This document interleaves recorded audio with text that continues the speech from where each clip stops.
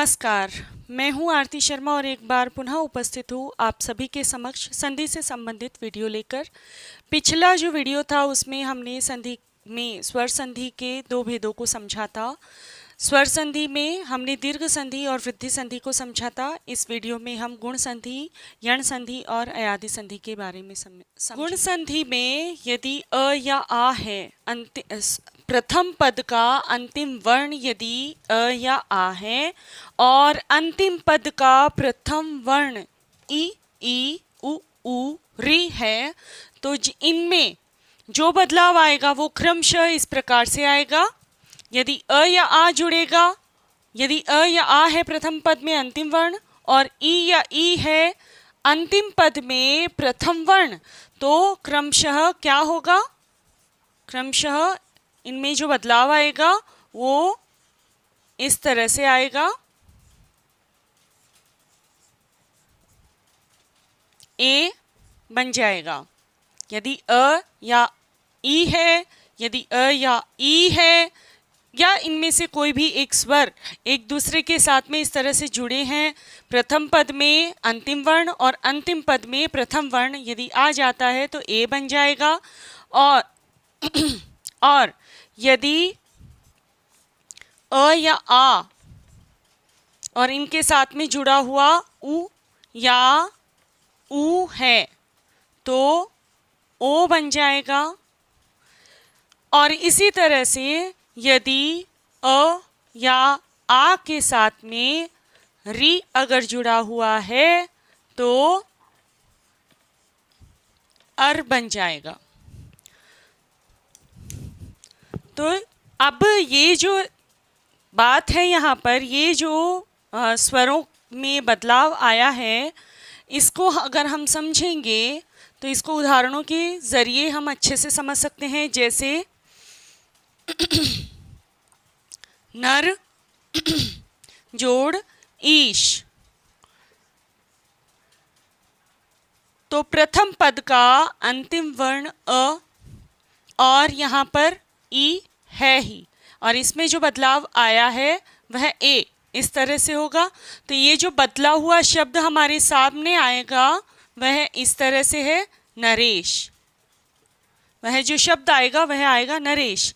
तो ध्यान ये रखना है कि बीच में जो मात्रा आएगी वो किसी ई की नहीं होगी, अ की नहीं होगी। वो दोनों में जब बदलाव आएगा, दोनों जब बदल जाएंगे, अ ई दोनों को अगर मिला के पढ़ते हैं तो क्या बनेगा? ए।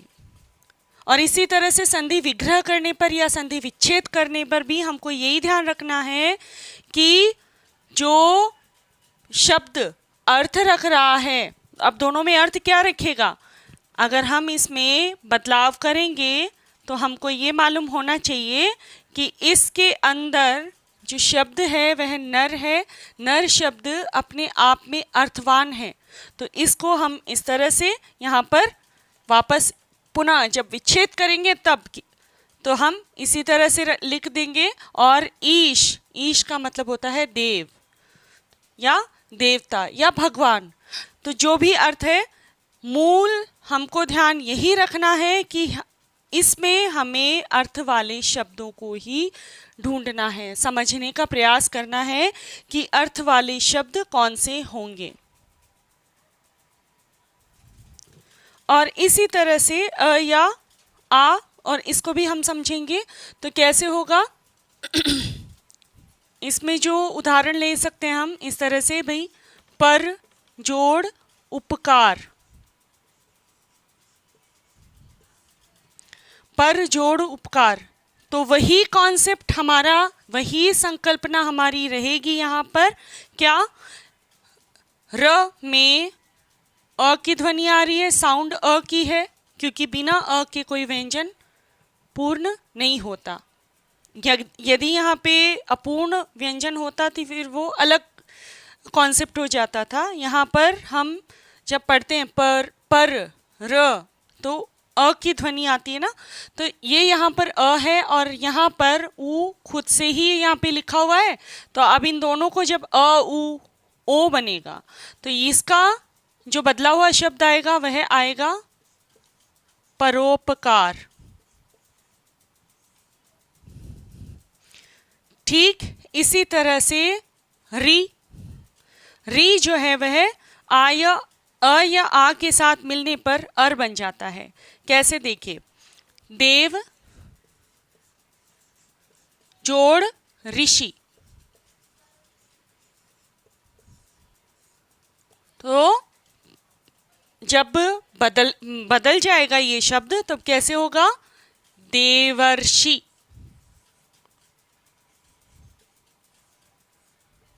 तो र आधा हो गया, यहाँ पर र आधा है ना, तो ये जो र आधा है ये जाकर यहाँ पर श के सर पे बैठ गया है, यानी कि ये र रेफ वाला र यहाँ पर बन जाएगा। तो ये है गुण संधि। गुण संधि का कॉन्सेप्ट, गुण संधि की संकल्पना आपको समझ में आई होगी यहाँ पर। अब चलते हैं हम यण संधि की तरफ। यण संधि में यदि ई या ई इनके सामने कोई अन्य स्वर है,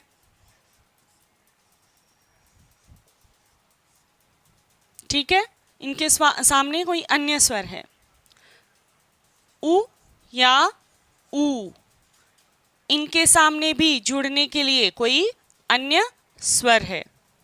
इसी तरह से री, ये जो री है इसके सामने भी जुड़ने के लिए कोई यदि अन्य स्वर है तो क्या बनेगा, बनेगा ई जुड़ेगा। ई के सामने यदि कोई अन्य स्वर जुड़ेगा तो वो बनेगा य। उ के सामने यदि कोई अन्य स्वर है और वह जुड़ेगा तो वह क्या बनेगा, व।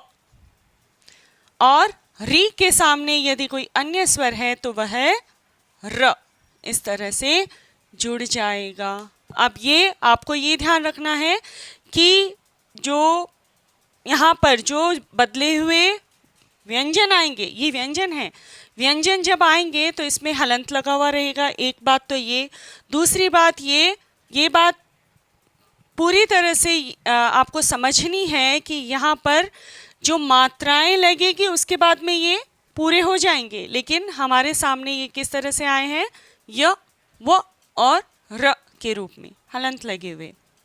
अब इसको किस तरह से समझेंगे, यहाँ देखिए, जैसे उदाहरण के तौर पर अति जोड़ अधिक,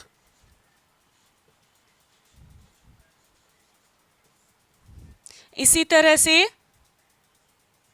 अनु जोड़ इति, इसी तरह से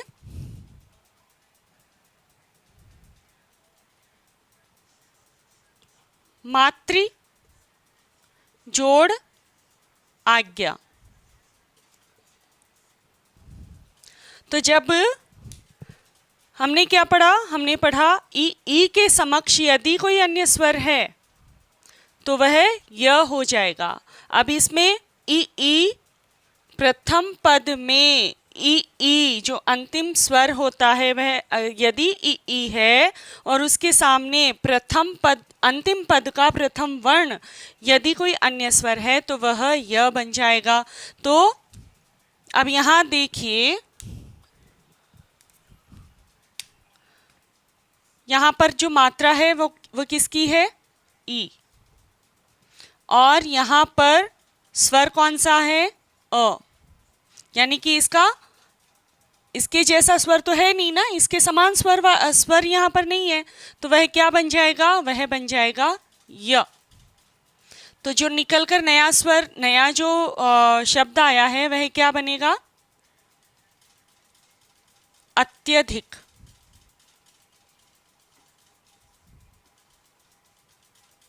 अति अधिक, अत्यधिक। इसी तरह से अनु इति। अब यहाँ पर साफ साफ दिखाई दे रहा है कि जो मात्रा लगी हुई है वह उ की है और यहाँ पर ई खुद से है। तो ये जो नया शब्द यहाँ पर आएगा, यहाँ पर जो वर्ण आ रहा है वह आ रहा है और यहाँ पर नया शब्द अनुइति, अनुजोड़िति, अन्विति।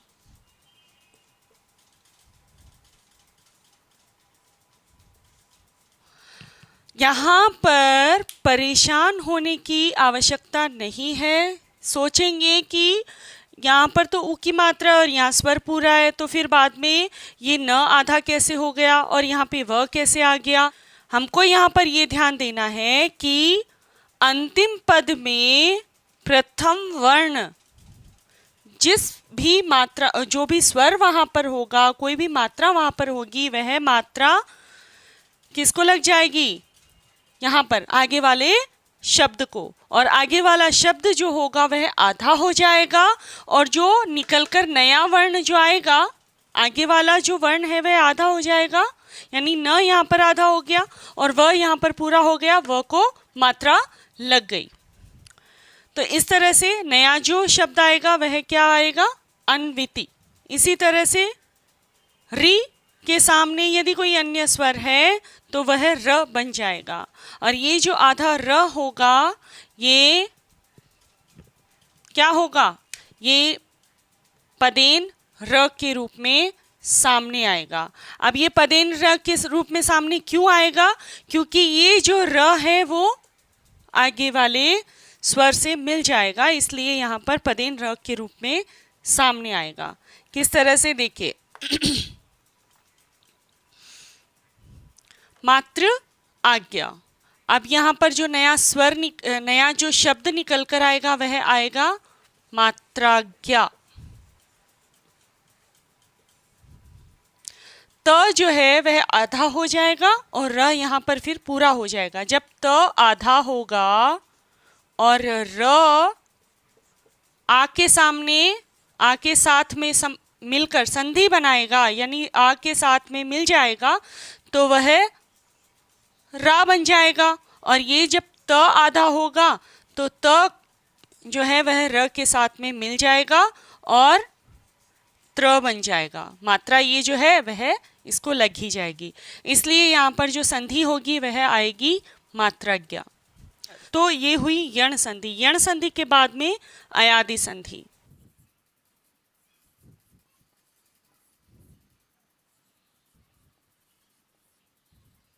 आदि संधि के अंतर्गत जो पहले पद के लिए जो यानी कि रिजर्वेशन जिसका हो चुका होता है वो कौन से होंगे? ए, ऐ, ओ, औ। अब इनके सामने जो जुड़ेंगे वो कौन से होंगे? वो कोई अन्य स्वर होंगे। अब जो अन्य स्वर होंगे ये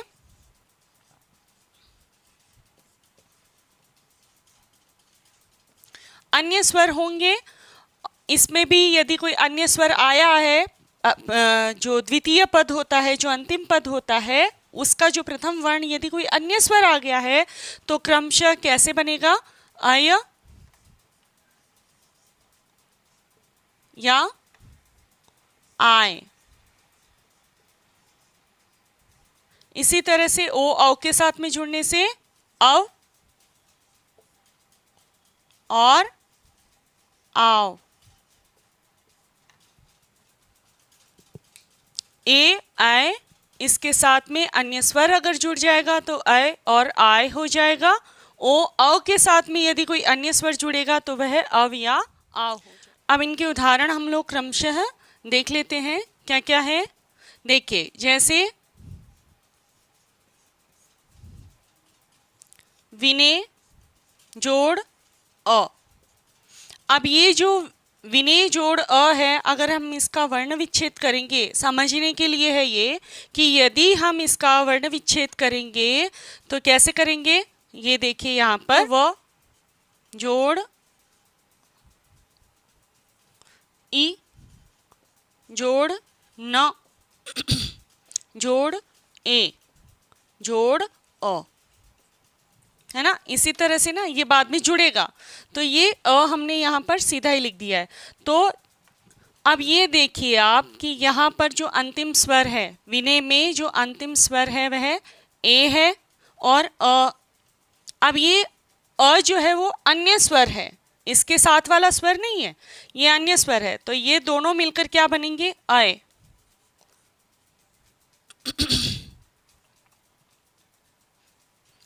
अब ये दोनों मिलकर क्या बनेंगे? अ। तो अब जो विनय जोड़ अ आया है, ये नया शब्द क्या आएगा? विनय। विनय। तो क्या? आए। और इसी तरह से दूसरा जो शब्द है इसी से संबंधित देखेंगे। तो देखिए, ने जोड़ अक। तो जो नया शब्द आएगा वह आएगा क्या? नायक। अब आप कहेंगे ये किस तरह से आया है? तो ये देखिए आप कि न जोड़ ए जोड़ अ जोड़ क जोड़ अ। मैं यहाँ पर संधि नहीं विग्रह कर रही हूँ, संधि विच्छेद नहीं कर रही हूँ। मैं यहाँ पर जस्ट एक बार आपका यहाँ पे कॉन्सेप्ट क्लियर करने की कोशिश कर रही हूँ। संकल्पना आपको यहाँ पर समझ में आनी चाहिए कि ए जोड़ अ दोनों को जोड़ने से जो नया जो शब्द आएगा, नया जो स्वर आएगा, नए जो व्यंजन यहाँ पर स्वर व्यंजन शब्द जो भी आप समझते हैं, कौन से आएंगे? आय। तो ये आय यहाँ पर जुड़ गया है, न को आ की मात्रा और य में फिर स्वर मिल जाने से यह नायक शब्द बन गया है। तो इस तरह से ये पहला वाला जो पहली संकल्पना है वो आपको समझ में आई होगी। अब देखो दूसरे के उदाहरण भी हम यहाँ पर समझते हैं। बिना उदाहरण दिए समझना थोड़ा सा मुश्किल है, क्योंकि हम बहुत सारी किताबों में इनके कॉन्सेप्ट को पढ़ते आते हैं, लेकिन याद कैसे रह पाएगा जब इसको उदाहरणों के ज़रिए हम समझेंगे पढ़ेंगे। तक हमने ये समझा है, और अब हम ओ और औ इसके साथ में अन्य स्वर जब आएंगे तो अव और आव हो जाएंगे। इनको उदाहरण के ज़रिए हम लोग भो जोड़ अन,